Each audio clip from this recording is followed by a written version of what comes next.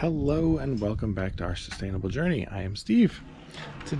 Today we are going to go collect sap.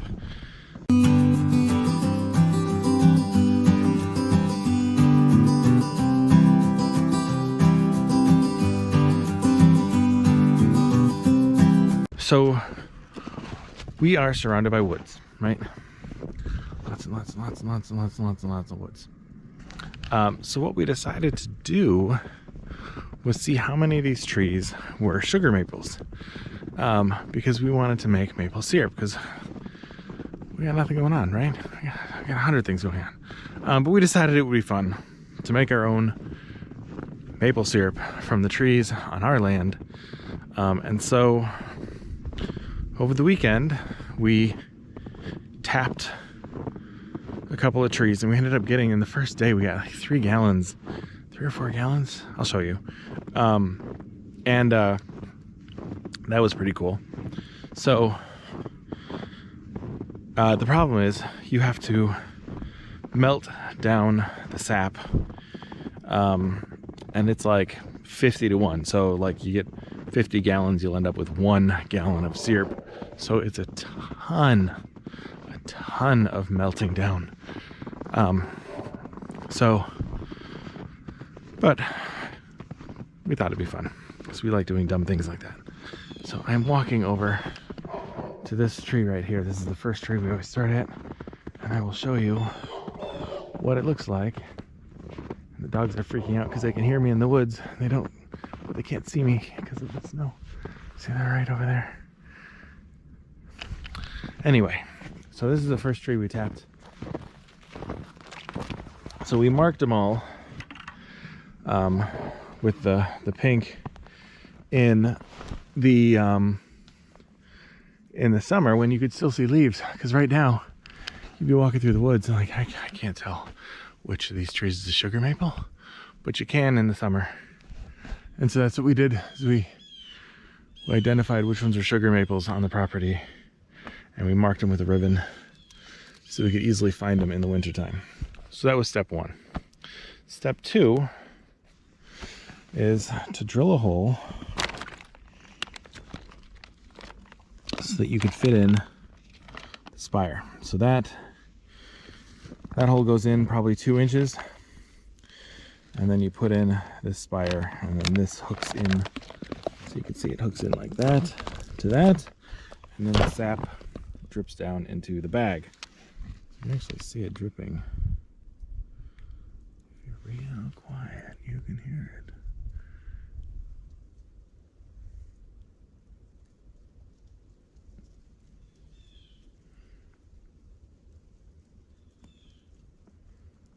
It's coming.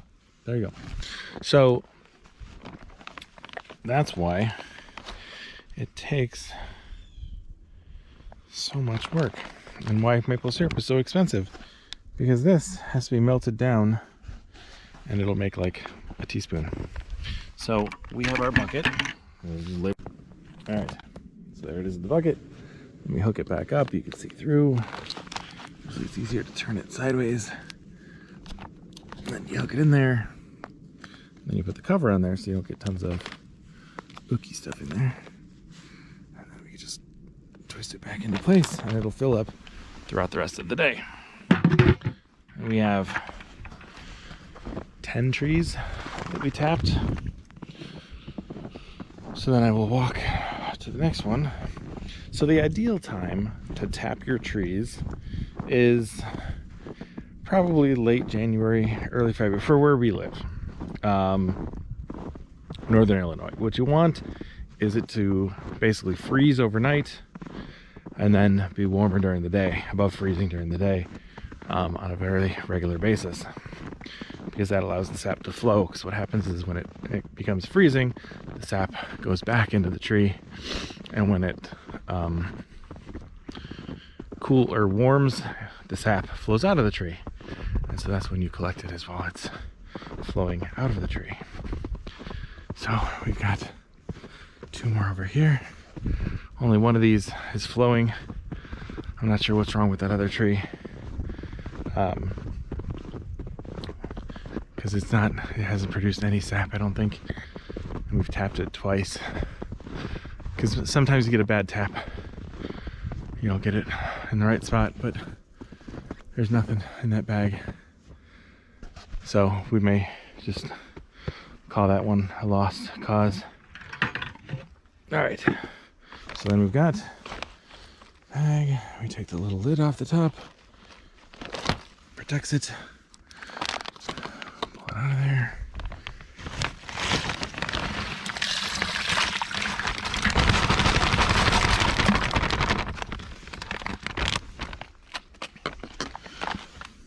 Slip it back on, cover it up, and move on to the next one. Oh my gosh, I'm getting covered.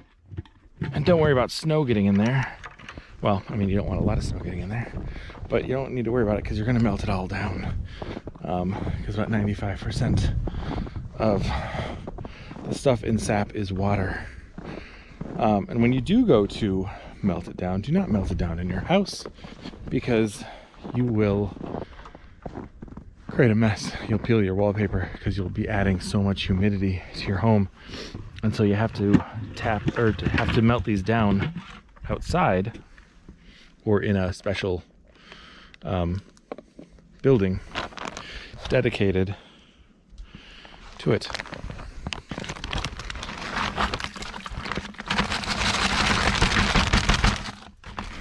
See some of it's frozen.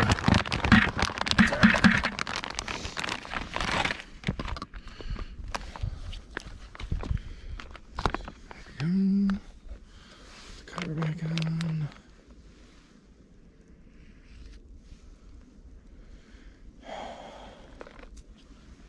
Cover this back up.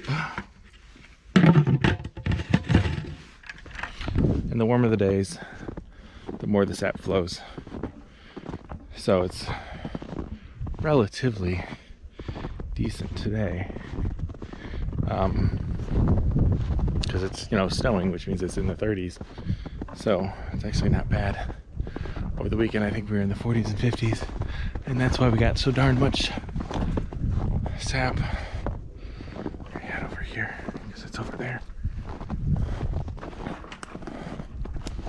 Plus, it's a good form of exercise coming out here. Stopping at all these trees.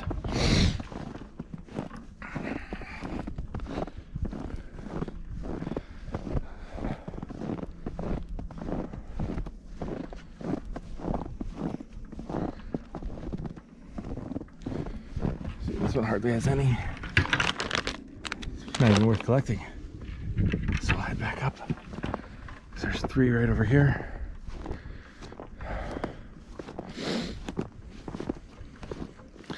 See, unlike a professional syrup farm or whatever, they would have all these trees in a row and they would hook them together with lines, so you don't have to do this crazy walk through the woods to get to them.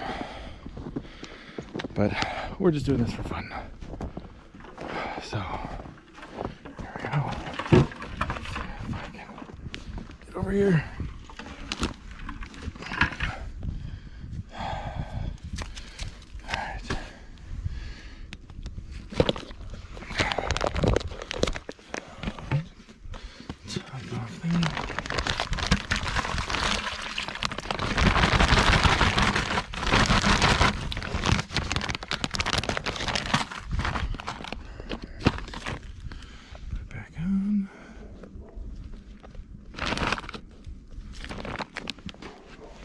Move on to the next one. Just right over there.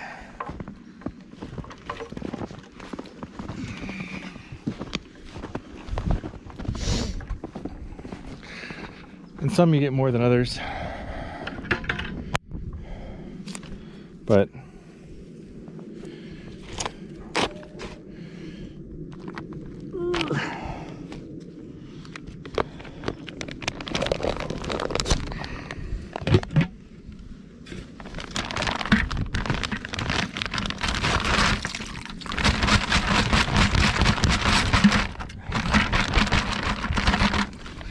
frozen hunk.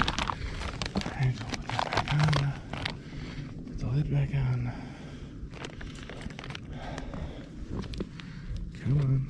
There we go.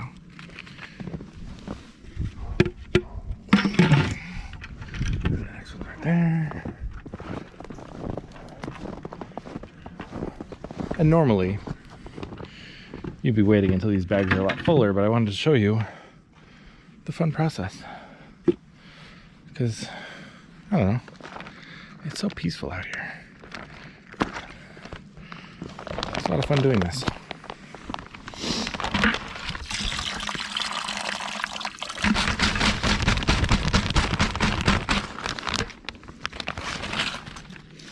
And you don't have to use, I think this was a kit we got on Amazon or somewhere, because it came with everything you needed. A lot of people use buckets, like metal buckets, because the plastic bags can tear, or animals can scratch into them and what have you. There's just like a metal bucket, isn't gonna freeze and break. But we just went with the kit because it was our first year, so we're still learning. So we wanted to try it. So now I will head to the last one, which is actually a double, because this tree was thick enough that we could do two.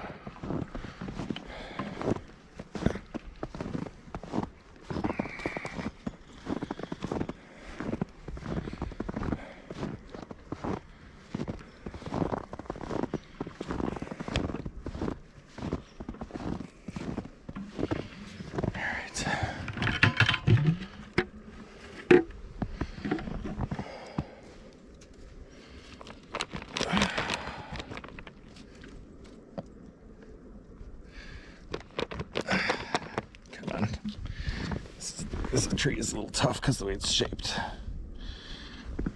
There we go.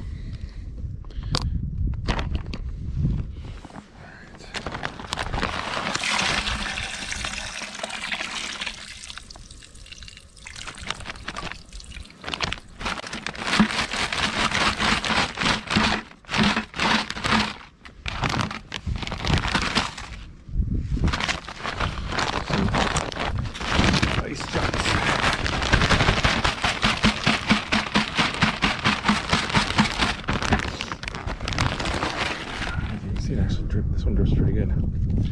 Oh, sure, now that I put the camera on it doesn't. Watch that back in place. I'll go to the other side.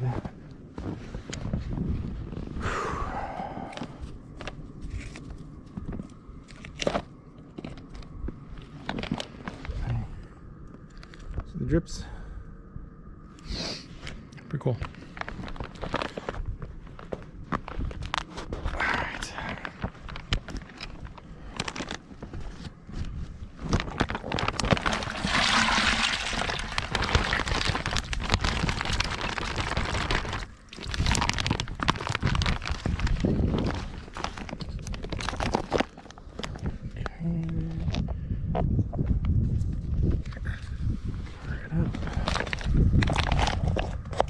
Yeah.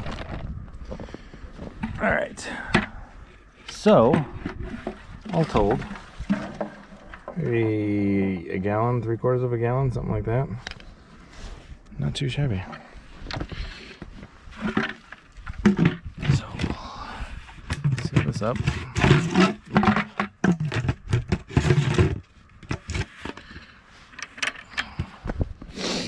And what we do, we leave it outside because you don't want your sap to get warm because it'll start to ferment. So we leave it outside until we have time to boil it, which will be this weekend. Today's Wednesday, so it'll be either Friday or Saturday. We'll start the boil process, and I will show you that either next time or the time after that. Because it's going to take all day to boil down. We probably have 5 or 6 gallons right now, and today's Wednesday, so if we get 1 to 3 gallons a day, we'll have a bunch by Wednesday, or by Friday, Saturday, probably Saturday, let's be honest. So yeah, So that is the daily process of collecting sap so we can make maple syrup with trees on our property. So it's kind of a cool thing. So we just leave it here so I can filter it. So it gets filtered once before you boil, and then 2 or 3 times after you boil. Usually once before the final boil, and then after the final boil you do 1 more time. So there we go. So we got 2 buckets for collecting the raw syrup. So, and that's our bucket of stuff that needs to be. This is the filtered.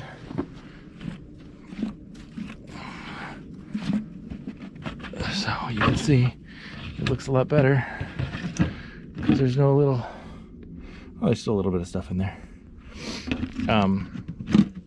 But it gets filtered 2 more times after this, plus it gets boiled off, so it's not like there's anything. And we're not selling this stuff. This is strictly for us because it's fun. So that'll be it. Thanks for following along as we collected all the sap from all of our trees. We'll see you next time. Take care.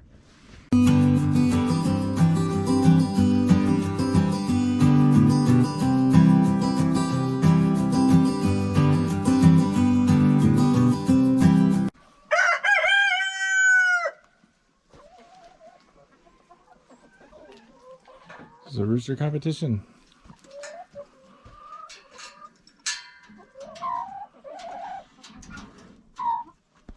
I'm taking over the mower. Maybe they can mow the lawn. Oh, jeez. Sometimes they lay eggs under it, which is super fun. Because it's a good place to hide.